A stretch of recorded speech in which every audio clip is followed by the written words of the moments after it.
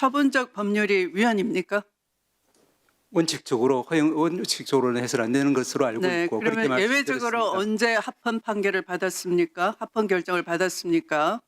뭐 예외적인 경우에는 이제 허용된다는 것은 알고는 있습니다만 이 사건의 경우에는 그것이 적용되기 어려운 헌법적인 언제 합헌이라는 케이스가 있었습니까? 제가 한번 찾아보고 말씀을 드리겠습니다. 그거 상식입니다. 상식을 모르시면서 답변하시면 안 됩니다. 천대엽 행정처장님은 형사법의 대가로 알려져 계십니다. 답변을 회피하시는 거죠. 저는 형사법의 대가 아님에도 불구하고 알고 있는데요. 알려드릴까요? 96 헌가 2 결정문입니다. 개별 사건 법률, 이른바 처분적 법률은 원칙적으로 위헌이나 예외적으로 인정된다. 언제였겠습니까? 96 헌가 2 결정문은 무엇에 대한 결정문입니까? 결정의 요지를 방금 알려드렸는데 바로 12.12 및 5.18 특별법에 대해서 공소시효를 배제하는 공소시효의 진행에 장애 사유가 있는지의 여부는 원칙적으로 법원의 판단입니다. 판사가 심리할 때 법원의 판단입니다. 아까 이 사물관할 또는 재판부의 사무분장을 법원의 고유 권한이라 강변하셨는데요. 그것보다 더 중요하게 법률의 해석에 대한 것은 훨씬 더 중요한 사법 독립 영역에 해당됩니다. 그럼에도 불구하고 개별 사건 법률이 이 사건에 있어서는 허용된다라고 한 것인데요. 더 알려드릴게요. 개별 법률 금지 원칙, 이른바 처분적 법률 원칙이 법률 제정에 있어서 입법자가 평등 원칙을 준수할 것을 요구하는 것이기 때문에 특정 규범이 개별 사건 법률에 해당한다 하여 곧바로 위헌을 뜻하는 것은 아니며 이러한 차별적 규율이 합리적인 이유로 정당화될 수 있는 경우에는 합헌적일 수 있다. 왜 공소시효를 배제했겠습니까? 무려 17년 동안 행사를 하지 못할 장애 사유가 있었던 거죠. 공포 정치로 인해서 할 수가 없었던 것이고 그것을 용기 있게 재판해 줄 판사도 없었던 것이고 97년 전원합의체 판결로 이들이 내란범이다, 내란 목적 살인을 저질렀다 했을 때 비로소 문제 제기를 할 수 있었던 것 아니겠습니까? 거기에 맞춰서 헌재도 합헌이다라는 결정을 내린 건데 그거 다 역사 교훈을 다 까먹으시고 국민들은 역사적 교훈을 한 번도 잊은 바가 없이 이 여의도 의사당 대로에 나와서 계엄 해제를 할 수 있도록 국회의원을 도왔어요.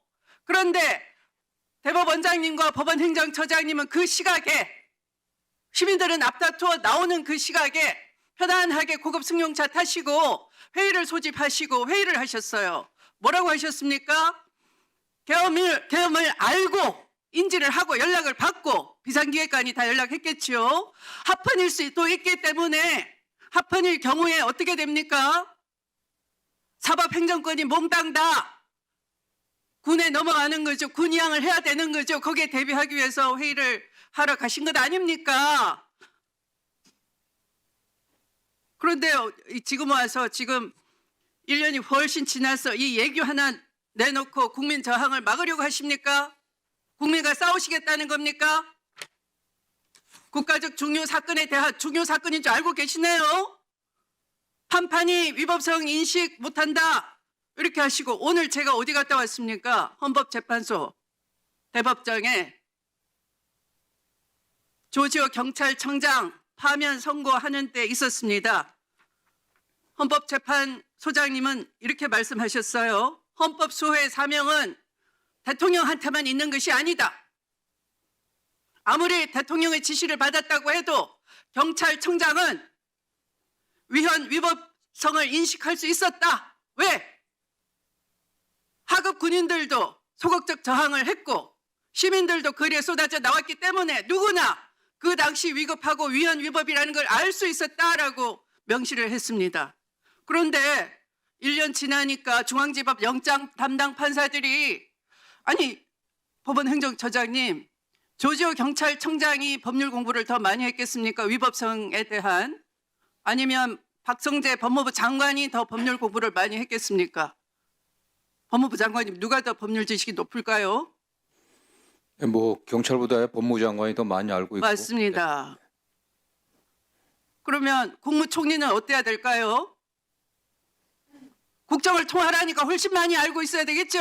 네, 뭐 당연히 그런데 국무총리에 대한 영장 기각하면서 위법성 인식이 있었는지 여부 다툼의 여지가 있다 이런 이유로 기각하시고 국민을 깜짝 놀라게 만드시고 박성재 영장 2번이나 기각하면서 위법성 인식이 있었는지 다툼의 여지가 있다 기각을 했습니다. 그런데 오늘 조지호는 당신은 당연히 위법한 거 알고 경력을 동원해서 계엄 해제 요구권이 있는 국회의원 출입을 봉쇄했고 계엄 해제 의결을 지연 방해했고 선관위에 계엄군이 투입이 용이하게 방치했고 조력을 했다라는 이유로 사안이 엄중하다. 자유민주주의 기본 질서, 헌정 질서를 파괴하려 시도한 것에 도왔다라고 파면 선고를 내렸습니다. 그런데 이거 예규 하나로 피해가려 하십니까? 이걸로 사법 정의가 회복되겠습니까?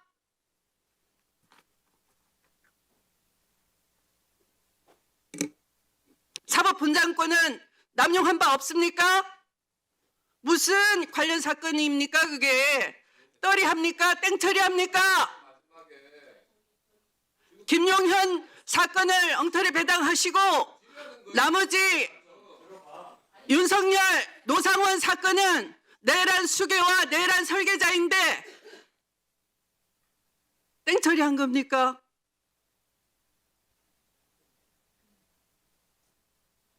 아니 1+1 처리하신 겁니까? 관련 사건이 그런 거 아닙니까?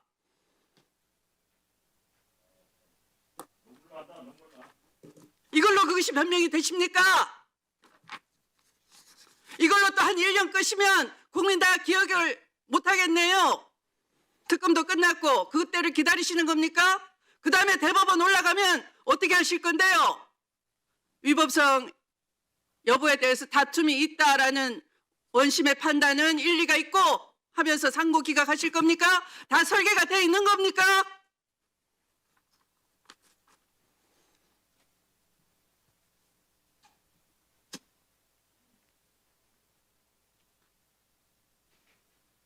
만약에 헌정질서 파괴 범죄인 내란 외환이 성공했더라면 헌법과 법률 집행은 심각하게 왜곡됐을 것입니다.